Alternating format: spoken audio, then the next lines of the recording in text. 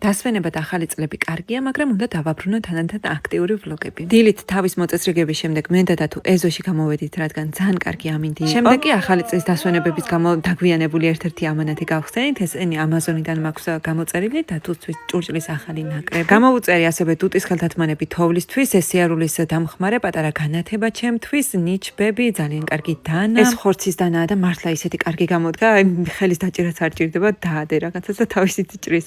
ჭურჭელიც ძალიან მოეწონა დათოს. ხელთათმანებსაც გვინდა რომ მიეჩვიოს, ამიტომ სახლშივე ჩავაცვით და შუადღეზე უკვე გარეთ გამოვედით საციკავად. ილო ამ დროს საქონელთან იყო და მე მარტო მხოლოდ სწორგზაზე მოვახერხე გადაღება, თუმცა ამ დაღმართზეც ბევრჯერ დავეშვით. ამასობაში გამოუშვა ილომ გოგონები წყლის დაცალებად და ჩამოიარეს ესე ცეკვაცეკვით ლამაზამ, ნუგეშამ, დევამ და სხვებმა. აქვე ახლოს მიდიან ხოლმე ჩვენი გოგონები, დალიეს წყალი, ამოვიდნენ სახლში და ილომ რომ დაამთავრა მათი მოვლა. შემდეგ მან აციგავა დათი, ამასობაში უცხო საღნემა ჩამოიარეს და ცოტა ანერვიულდას ჩვენი ბომბორა იღელვა ირბინა და წამოვიდა მერე სახლში. ეს ვლოგი შობას გადავიღე, მაგრამ ახლა დავამონტაჟე, ამიტომ მოგვიანებით გილოცავთ შობის დღესასწაულს.